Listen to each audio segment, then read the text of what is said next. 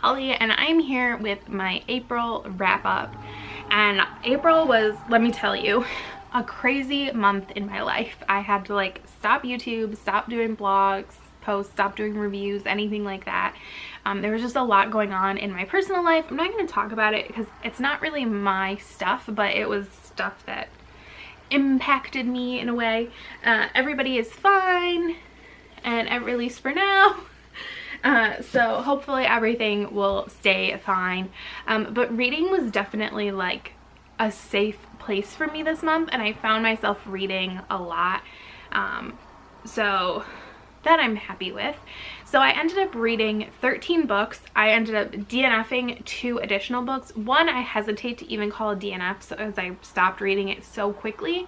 But I will briefly mention those when I get to them. I had 0 1-star books, 0 2-star books, 5 3-star reads, 4 4-star reads, and 4 5-star reads, which is crazy. Let's just get started. So first I read Succubus Shadows by Richelle Mead, which is the 6th and no, this is the 5th one, right? Yes, this is book 5 in the Georgina Kincaid series. I keep wanting to call it the Richelle Mead series. I gave this 4 stars. I'm not going to say much because obviously spoilers. We're on the 5th book here.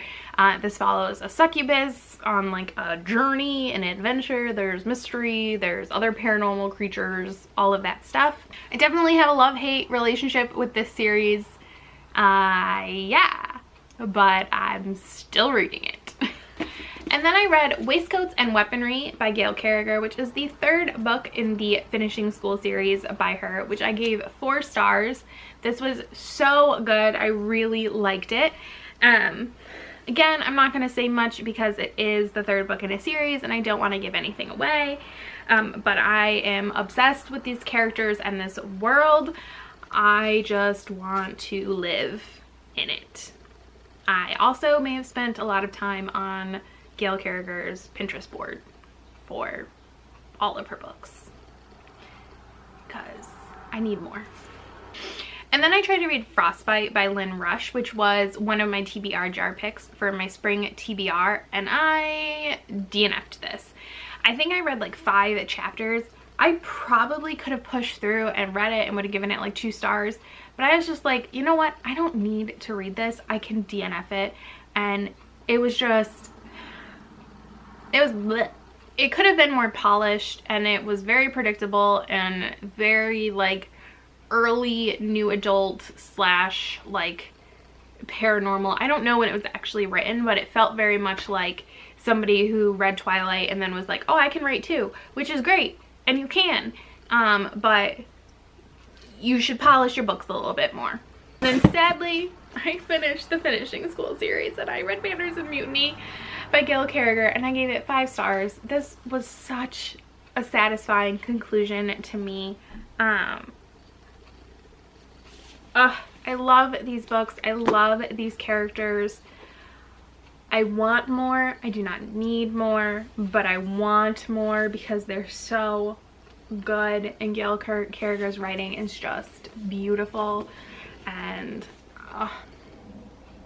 so good. I'm so sad it's over. And then I read my voice cracked. And then I read an e-arc from NetGalley, which was No Other Duke by You, but You by Valerie Bowman, which I ended up giving 3 stars. And this book is a historical romance. It's book 11 in the Playful Bride series. I have not read any of those other books. I've never read a Valerie Bowman book. I was a little confused about some of like the characters, like keeping them, there's a ton of characters, which I think is bound to happen. But you have something like the Bridgertons, which are right over here, which is an 8-book series, and you end up getting a lot of characters because people get married and then they have kids and there's all this like interaction.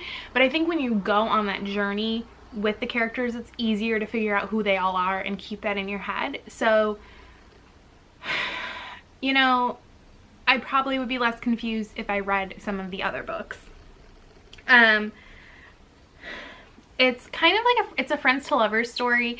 The 2 characters are like best friends. It's probably really unrealistic, but it was very cute and adorable. There was tons of great friendships in here, just like female friendships, male female friendships, like couple friendships, like there's just so many friendships, and I live for that. It was cute. It was pretty light, but it was also pretty forgettable. I read Hot Response by Shannon Stacy, which I gave 4 stars. This is book 4 in the Boston Fire series, and it was the only one I had not read yet. It's contemporary romance. I love these books. I love Shannon Stacy. She is a spectacular writer. The romance was so good and well paced. Like, you just do not see well-paced romances all the time. The heroine, Kate, is an EMT, which I liked. I liked getting like a different first responder POV. The hero is a firefighter, but like obviously they are different and they may work together, but they are different.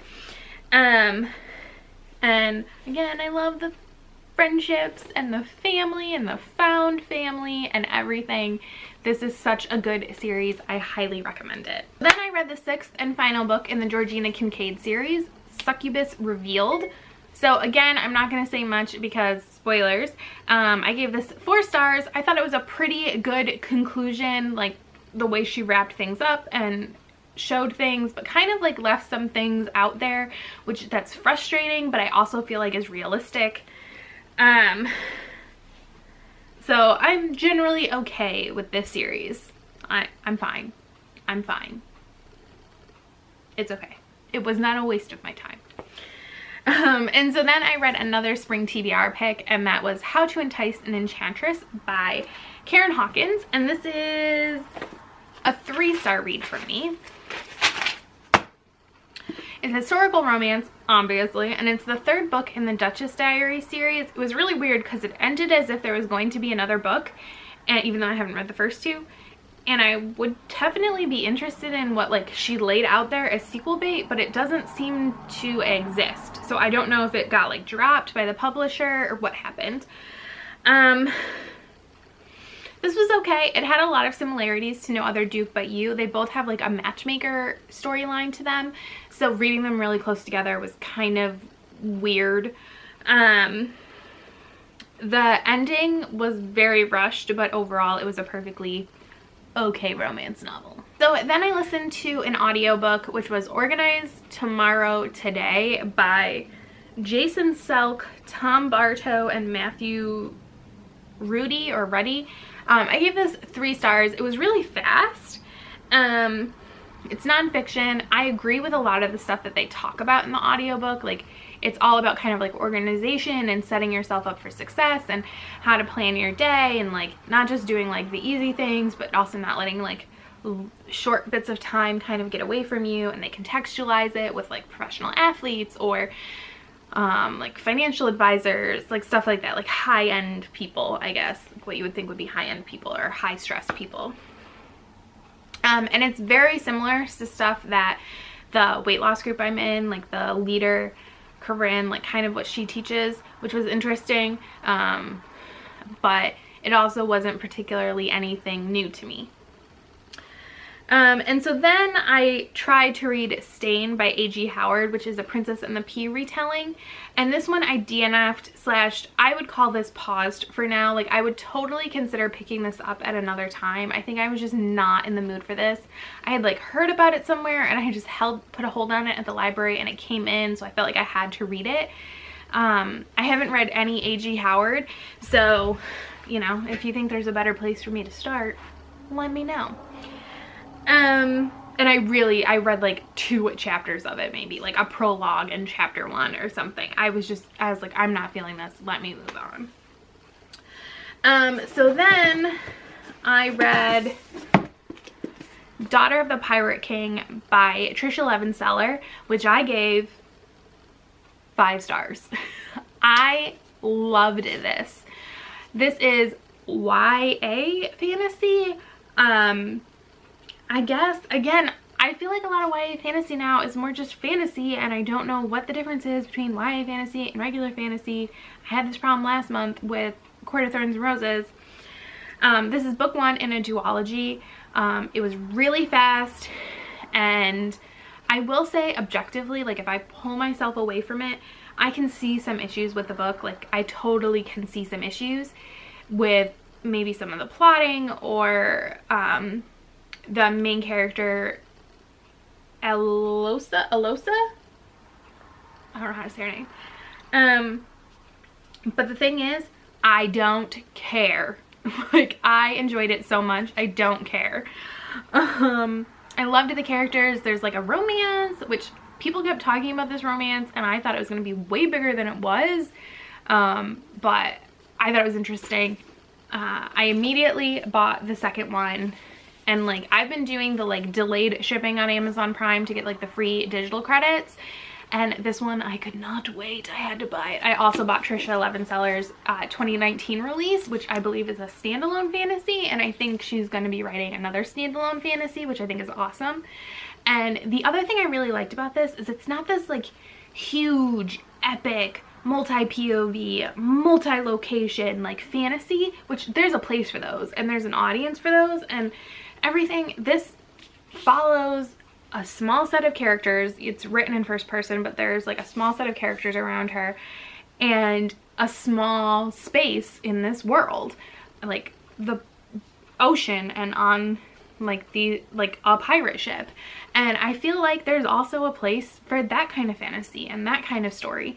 And I really appreciated that I didn't have to like graph out who everybody was or have like a 50-page appendix to know what my story was about. But that's just my personal opinion, you know. Then I read The Earl Next Door by Amelia Gray, which I gave 3 stars. Yeah, this is probably more of a 2.5, but I don't like doing half stars, so I round up. This is another book I got from NetGalley, and this one comes out in May. I think I'm getting like a little ahead on my arcs, which is good. And this is a historical romance. It's the first book in a series called First Comes Love.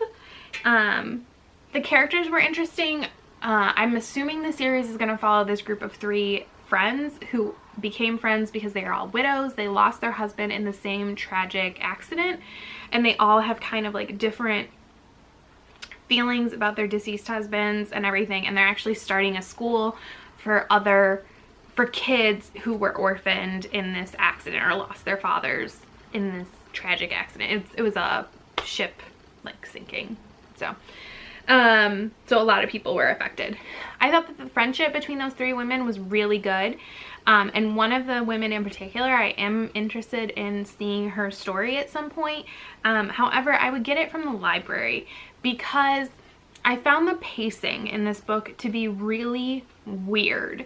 Like the first quarter or so, or third, was really good. I was into it. I was liking the characters. I was liking the romance. I thought it was going well.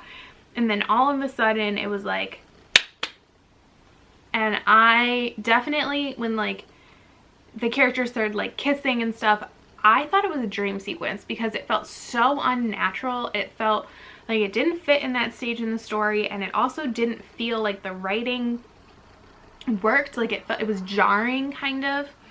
I don't know, and I've never read an Amelia Gray book, so I don't know if this is something that happens in all of her books or if this was just this one book, if it's me. So like I said, I would consider reading the other books in the series, especially about that one woman, but I would probably get it from the library just in case the same issues occurred. And then I feel like this is even a weird thing to put in here or on anything, but Goodreads counts it, so whatever. And that's Ryden's chapter, which goes with Daughter of the Pirate King, and it's for free on Tricia Levenseller's website. I gave it 3 stars. It's basically an early chapter in this book, told from a different POV. I thought it was going to be something different. It was okay. It, you know, I guess it did what it said it was going to do. Whatever. And then I did my River Secrets reread / listen to by Shannon Hale, and I gave it 5 stars. I loved it. Oh my gosh. I think I said this in my March wrap up. I remember the 3rd and 4th books in the series being my least favorite, the 4th one being my absolute least favorite. I freaking loved this like so much. This is book 3 in the Books of Bayern series.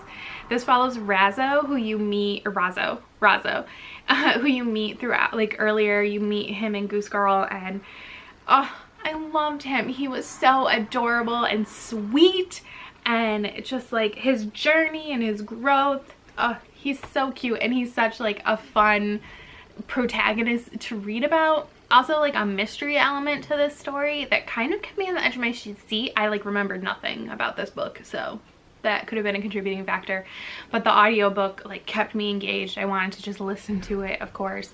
Shannon Hale just really like builds out this world, and I'm loving it, and I'm loving these audiobooks. I want to like buy them so I can just listen to them whenever I want, like go to sleep to them or something. I don't know. I love them.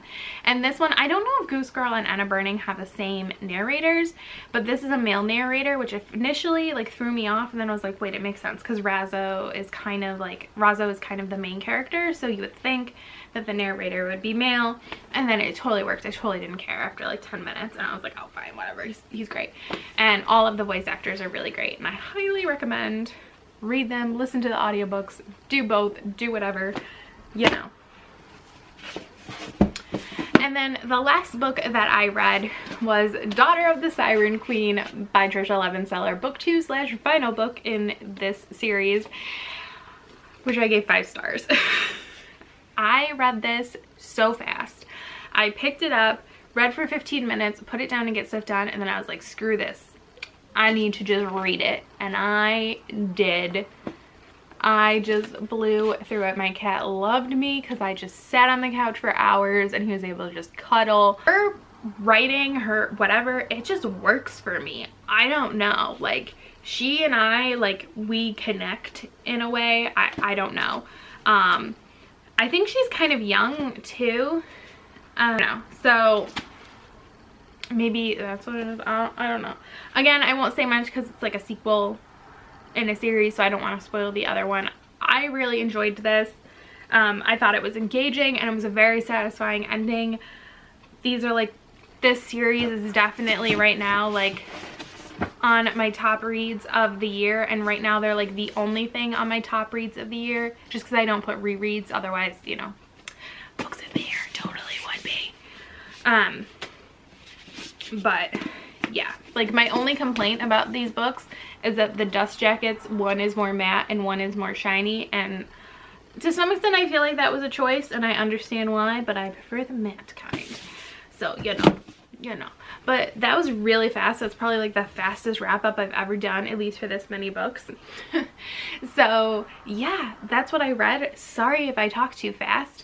And if you have any comments, questions, recommendations, anything like that, feel free to leave them down below. And thank you so much for watching. Bye.